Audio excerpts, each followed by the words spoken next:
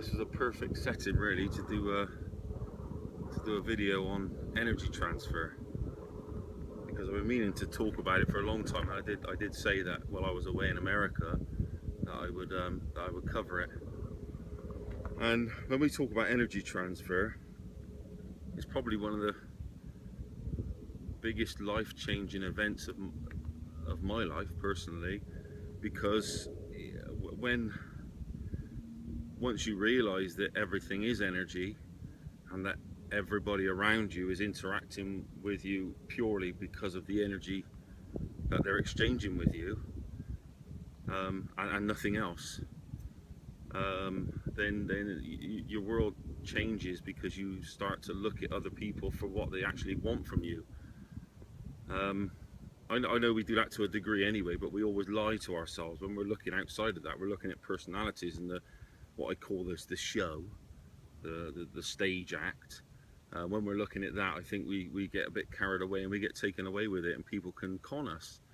But once you start looking at the world via energy transfer with other human beings, then there's no going back, because you start to realize that no matter what interaction you're having with anybody, whether you're staring at them, whether you're smiling at them, or they're giving you abuse, or you're giving them abuse, there's always that transfer that you're expecting.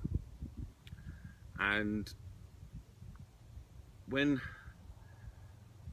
somebody comes up to you and they suddenly make you feel, they say something, it could be a boss at work or whatever, they say something and it just makes you feel completely drained. That energy isn't gone. That energy you've actually given to that person. That they go on and they feel empowered and they walk away with that. I mean, I know I've talked about this in my talks and many other videos I've done, but there's a lot more to it than this, You realize that when you're actually going around and interacting with others, you might not be seeking the right energy. You might be seeking some sort of power or control, or usually from the ones you love. And the reason why you do that to the ones you love is because they're the only ones who will give over that energy transfer. Because more often than not, strangers, if you started to speak it to them a bit funny or anything like that, they don't know you, they would just walk away. But with somebody that you really love, they tend to take it. They interact, and when they interact, they give energy. So even if you've got a lot on your mind, and you go in when you speak to your husband or your wife or your brother, sister, mum, dad, whatever it may be, when you're actually speaking, to an extent, you're draining them of their energy, even though you're getting it off your chest. A problem shared is a problem halved. At the same time, there has been that transfer. Now, there's many different ways that can happen. They can completely, if they're really aware of energy, then they will detach themselves. They will tune into what you're feeling, and then flick a switch, and they will detach themselves from that zap of energy, but they still know how you feel. So now they can interact with you as sort of a protocol, like something that they now know how you feel, so they know how they acted, and then they can speak from that without actually tuning in and you draining their energy. And some people just don't get it, and you'll speak to them. I know quite a few people like this. You will have a personal chat with them about any problems, and they will literally tune so much into you that they will, by the time you finish, they're completely broke down. They feel lifeless. They feel energyless, and this is because they haven't flipped that switch. They haven't turned off to the actual zapping of the energy. They've been really nice. They've completely tuned in and shared their energy with you. And this is why it's important to remove ourselves from negative people who only see the bad in the world all the time. There's lots of people out there, and all they see is just bad all the time. And it can be draining for us if we don't switch off or move away or get away from them. And there's so many different forms of energy transfer. As you know, the fear one is probably, you know, because we live on a fear-based planet, the fear-based energy transfer is the easiest, because we can tune into fear wherever we look. We can fear the heat of the sun. I mean, it's been 101 degrees here today, which is like nearly 40 degrees Celsius. And that you literally can't stand out in it. You know, I could fear that. We could fear that, running out of water in the middle of the desert, breaking down in the car. And that has an effect on us, you know. It's all fear-based. We're always fighting for survival with other humans. We're always fighting for survival in every choice we make of every moment, whether we're crossing a road or we're just, you know, just simply walking past a group of people. And you get that natural feeling of there's an element of fear that engulfs you when you want to survive, basically. And you know, this is something that this world seems to be all about at the moment. The world I see is a world where it's not fear, it's love. And I don't mean love as in everything's perfect and the whole world's lovely and everybody loves each other and everything else, because I don't think that will ever happen. Personally, I think there will always be fear and there will always be love, because it has to be even balance. It's when the scales are tipped that we get one extreme and the other extreme. But, you know, tuning into the love energy is the most powerful of all. I mean, Einstein covered a lot of this in his papers he wrote, and he talks about love being the most powerful energy source if we can learn to tap into it one day, which obviously we do through our hearts, which we call love.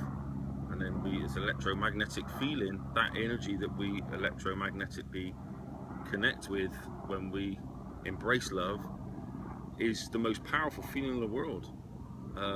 We all know that you know, when you fall in love with someone, you don't pick them, they're just there, and the feelings you get inside are phenomenal. And also love is very much passion based as well. When you've got a real passion for something, you know no one's going to stop you from doing what you want to do. You could have everybody all your life, from your teachers at school to your parents to your bosses, everything telling you can't do something, and if you're passionate about it, you'll do it anyway. You'll just go on and do it, unless you buy into the fear and the staying in the job you're in to be nice and kind, you know, and be settled, and you know, no fear there. There's no fear of loss of earnings. And then obviously you're buying back into the fear, which takes it all away.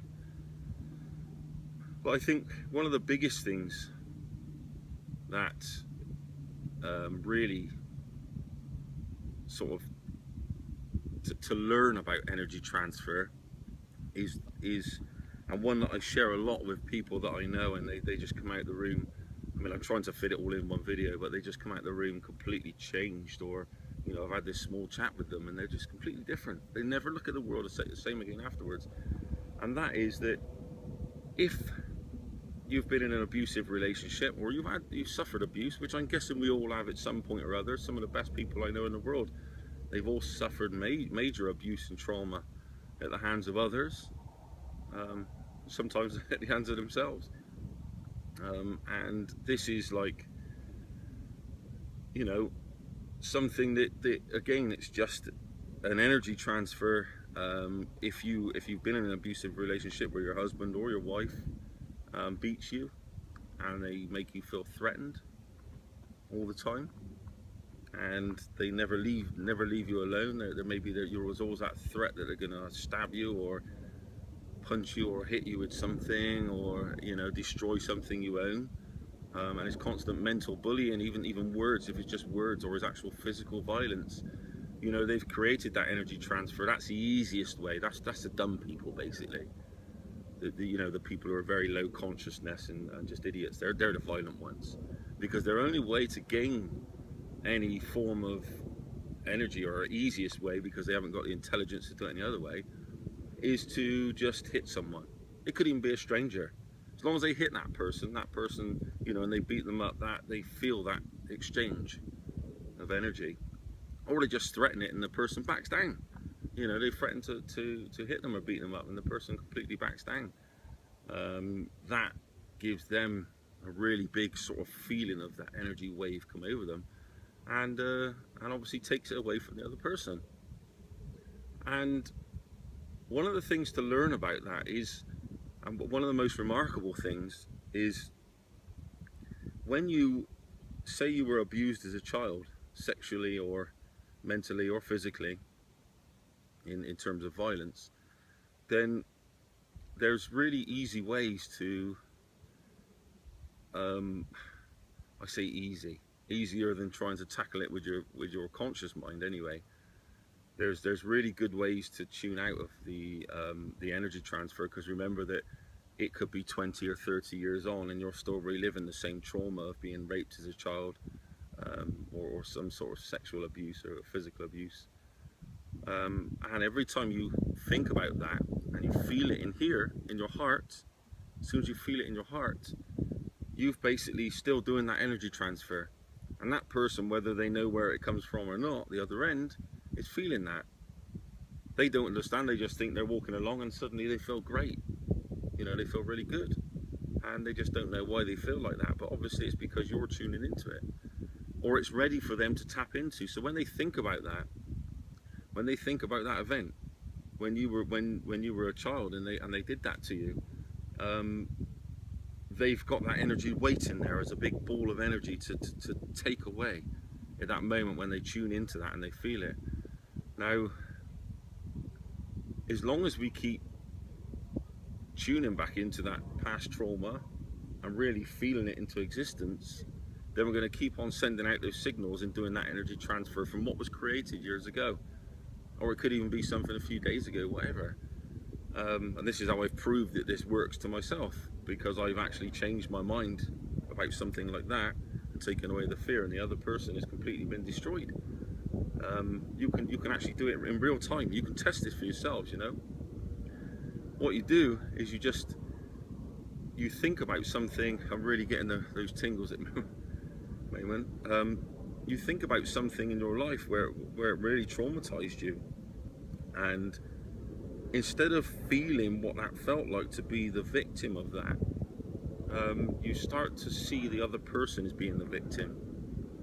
The best way to do it is, and this is where it sounds very difficult, but believe me, give it a go. And anything, just give it a go. If you've been trying all your life to get rid of trauma, it can't do any harm but to give it a go. So what you've got to do is, when you tune into that, what happened to you years ago, and you remember the person that did it to you, what you do is you empower yourself, because you've got to remember that if you were sexually abused as a child, or you were beat up by your parent as a child, by your dad or something like that, or your mum beat you up, then the best thing you can do to switch the energy, and believe me, they feel it the other end. There'll be strange things that happen in your life after this, and strange feelings that come over you. It'll just be a sense of relief. Is you, when you feel that and you start to feel it, you think about that other person. It's right, I got to watch out for the whatever it may be, bugs around here, and snakes, rattlesnakes coming out now. Yeah, you tune into, when you actually tune into that, you start to think about them as a person, and what it would take for them, how inadequate, if it was sexual abuse, how inadequate were they to find their own happiness and their own, you know, they had to look to victimize you in order to sexually gratify themselves or even feel empowered. You know, so they're looking towards a child, they're beating a child to make themselves feel empowered. How sorry I feel for that person that they've had to do that. You know, I've got people who've done this in my life, and I feel really sorry for them, that they've had to, you know, that's all they've got. That's the only energy exchange they've got. They've had so many things go wrong in their life that they can't mentally, this is where I say that they're low consciousness, they can't figure it out mentally. So what they do is they just go for the easiest option, which is to, because they feel so drained themselves, that's why the abused always become the abusers. They feel so drained themselves that that's the first thing they do, is start doing the same thing to someone else, because that way then they feel suddenly empowered. Like, if I'm going to suffer, you're going to suffer too. and and they're making the person suffer who never even done anything to themselves, to them at all. And this is how it works. Um, you know, if it's sexual abuse, is a lot tougher. It is tough, and you know, I don't pretend to be the expert on every single piece of what people are going through, but I do know one thing, that if you can, you know, I know someone very close to me who was getting physically abused by an ex-boyfriend, and this was over 20 years ago. And once I sat down with her in the car for just half an hour, that was it, and it changed her entire life.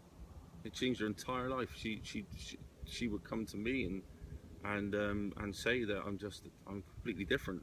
I never think about that person the same way again. I actually feel quite sorry for them. I feel sad for them, but at the same time, I feel that I've been able to move on now, because I understand.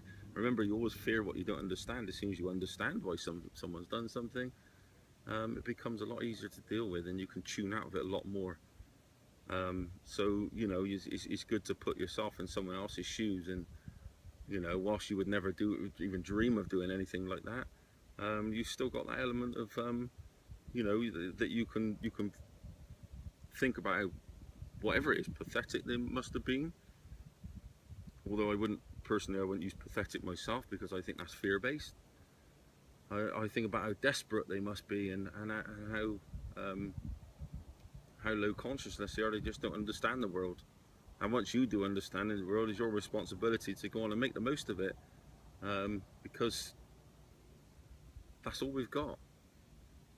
It's all we've got.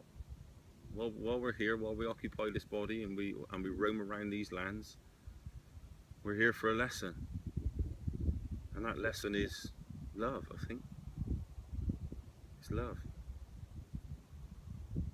You can't go around with, you know, rosy glasses on and look at the whole world. I mean, there's everywhere you look, there's fear, but you don't have to tune into it.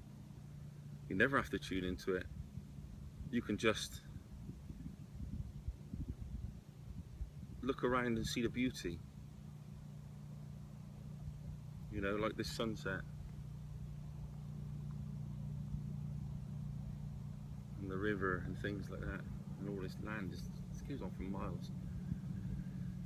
Yeah, so you know, once you can do that and you realize you're empowering people, also another very empowering thing which I've done with people who've been physically abused, and a couple of people who've been sexually abused as well, you can actually, when you feel very strong, you know, you will know when you're ready, and there will come a day when you will completely feel ready to confront that person again. Not in terms of let's go and find them and hunt them down, because again, that's fear-based. You're just trying to get them back. You've got nothing to prove. You've got nothing to hide. You're just you living your life. But there may come a time when you may cross them in the street. I've known people who've lived in different cities and still crossed the same person who abused them in the street, and they felt the life drained from their body. They've gone white as a ghost. And this is a perfect energy exchange. And now the person looks over at you, the person who's done the abusing, and they see it. And they feel it. They feel it before they see it, and they look around at you, and then they think, what's happening here? They look around at you, and then they see you, and it's like a wave. Just power just comes over them. But I tell you something now, if you've got the power within you to control those feelings and get back to a love-based body, and tune out of the fear that you had of them, and what they've done and how they've done wrong, and all the nasty things that you may think about. I wish they'd die, I wish they'd do this, wish they'd do that. If you can tune out of all that fear-based side of it, and you can tune back into normal life, then what you'll find is you'll become so strong, that the thought of them will no longer make you sink. It will no longer make you feel disempowered. You will actually feel naturally, because obviously you're tuning into the love side of things, you will actually feel a bit of sorrow for what they've gone through in their life. And I know that sounds really difficult, but believe me, it's true. If you want to keep throwing your fists at them or shouting at them, you'll never get anywhere. We've all, you know, we've all been there and done that all our lives, and it never changes anything. Never makes us feel better. So you know, the only thing that really does it is that, and when you see them next time, you can look at them with those eyes of confidence. You can look at them and across the room without taking your eyes away, and when they look at you, they just know, they will feel the life drain from them, because they'll already know you're looking at them. People know when they're being looked at. It's intuition, it's all within. It's the subconscious mind knowing where people are all the time around us by the energy waves. And you know, you take yourself out of that conscious mind and you go into that subconscious mind, and it knows everything. It knows everything you need to know when you look around. And you'll feel they're there before they do, because you're living in your subconscious. You're constantly going by your intuition.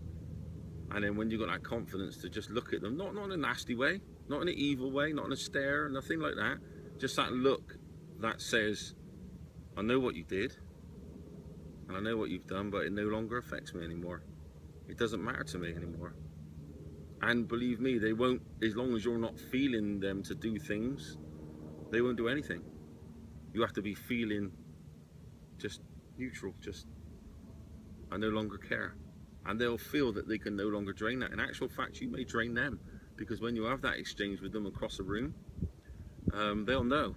They'll know exactly what you think just by looking at your face, just by feeling what you're feeling, and they'll know before you even do it. And they'll have sinking feelings, they'll have their intuition, their end, they won't know where it comes from, but they'll start having guilt feelings about what they've done to you. And this is because you're throwing the energy back, that negative energy, you're throwing it back. This is the same interaction as when someone really goes loopy with you. I mean, a lot of us get it on social media, and they go absolutely mental with you. And you don't tune in at all. You don't argue with them. You don't fight with them. You try and explain yourself, and when you can't explain yourself, it may come to the point where they're throwing language across because they're really trying to get to you to zap that energy, of course, because there's an energy created. And they can't get to you, so then you block them, and you should see it, because what happens then, that block button is a superb way of throwing the energy back, because they can no longer, they haven't got to you so far, and the fact that you've blocked them makes them feel so disempowered, and so they want to vent and they just can't, and they still haven't zapped. They give all that energy over to you, but every time they're trying to give it over to you, because you don't accept it, if you don't accept this, if you don't accept the fear, it don't go back their way. It doesn't, you don't pass anything off to them, not energy wise. They get it straight back. Whatever they've done, they get it straight back towards them.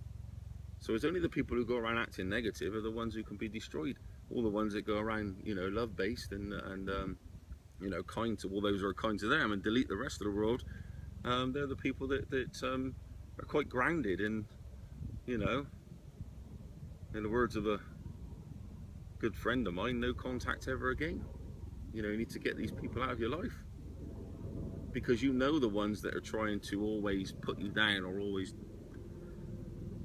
trigger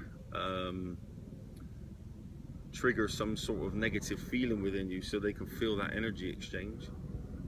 Usually comes from bosses at work, to be honest, because they know they're in a state of power over you, just like, you know, husband and wife might be over each other. You're sort of trapped, and it's the same with work. It's like, well, you're not going to walk out of here because you've got a job with me and I pay you money, and then they think they can treat you how they want. But of course, you can still throw it back their way. You know, even if it was to the point where you say, well, no one speaks to me like that, I'm sorry, I quit.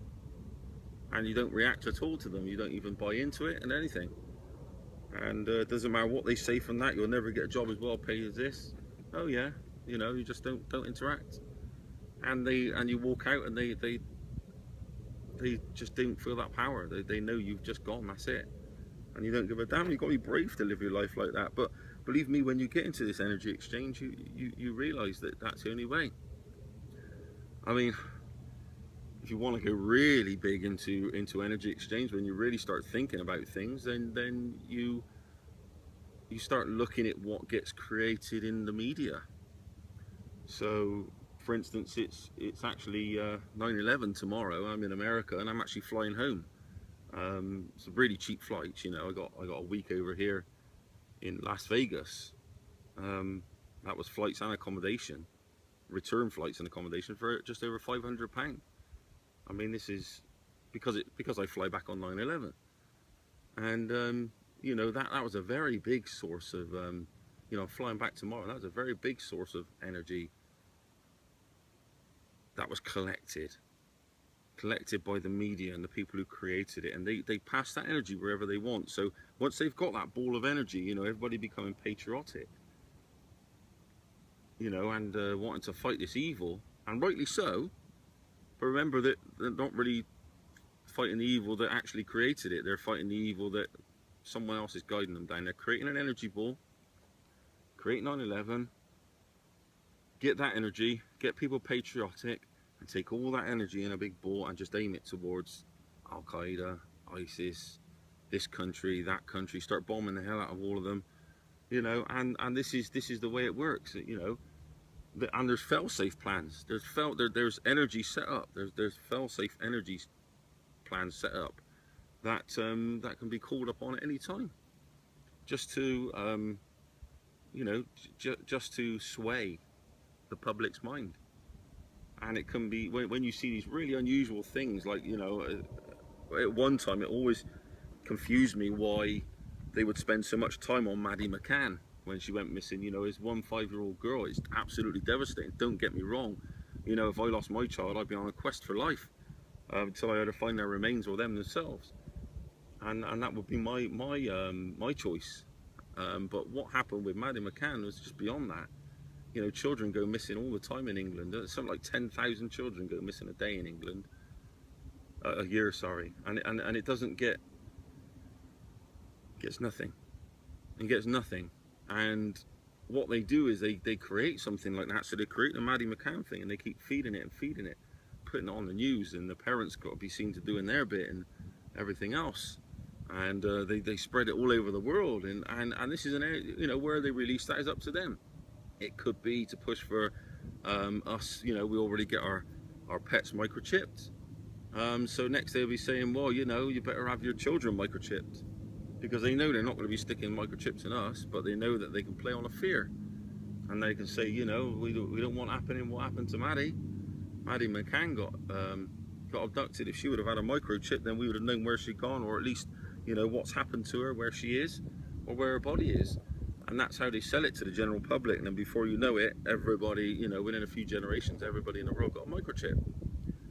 And, you know, it could be that, or it could be aiming it towards some country that are trafficking. So they could be doing another 9/11 sort of event. So they create this energy ball around Maddie McCann, and then another spate of abductions happen abroad, and they suddenly go into, you know, take that energy ball that they've created in the news media, and they take it and they throw it somewhere else, wherever they want to. And everybody, like a bunch of headless chickens, all go around, go, go, go, go, you know, just fall for it every time. And then the people in power, they just go on and do what they want to do. They go on and microchip all the kids, you know. Why not? Why not get to 50% of the people and then start forcing other people to have their kids microchipped? What's to stop them once you get a majority of the public already done it? This is how it works, you know. There's no good fear in that. I don't fear the microchip agenda, or I don't fear the child abduction thing, because I know how this world works, and I don't want to feel that into existence. What we feel is what we get. What we feel to be, what we feel that we know to be true is what we get. That's it. And it doesn't matter what you're thinking. I don't mean the conscious mind. I'm talking about the feeling in the heart. That's what creates our reality. What we know and feel to be true. And that doesn't matter whether that exists or no. It's all in here. So you create everything in your heart. And that gets attracted to you.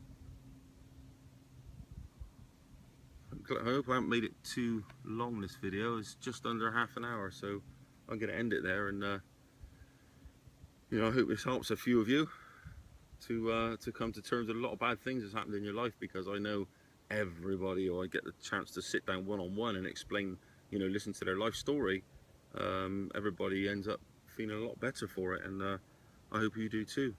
So goodbye from Arizona.